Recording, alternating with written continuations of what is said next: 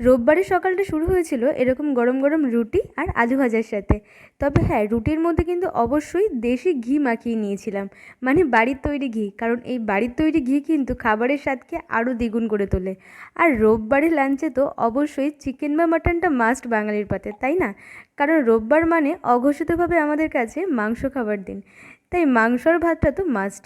আর এদিকে দুপুরের ঘুমটা আমার পুরো 12টা বাজলো, কারণ এই সময় চলে আসলো মিন্ত্রার একটা পার্সেল। আসলে একটা জামা অর্ডার করেছিলাম, কিন্তু এই জামাটাকে না রাখবো না, ফেরত দিয়ে দেবো। দেখো জামাটা কীরকম, আর ড্যামেজও আছে। আর ঠিক যেরকমটা ভেবেছিলাম মানে দেখেছিলাম ফটোতে, সেরকমটাও নয়। তাই এটাকে রিটার্নে দিয়ে দেবো। আজ বিকেলবেলা ভাবলাম একটু পকোড়া বানাই, পকোড়া বলতে পেঁয়াজিই বানাবো, কারণ আজকে আর চিকেনের কোনো পিস রাখা হয়নি, তাই আজকে পেঁয়াজিই বানাবো। আর বর্ষাকালে কিন্তু পকোড়া খেতে জাস্ট অসাধারণ লাগে, তার জন্য আজকে বানালাম গরম গরম পকোড়া ইভিনিং স্ন্যাক্সে। চলো, আমাদের পকোড়া রেডি। ভালো থেকো তোমরা সবাই, দেখা হচ্ছে আবার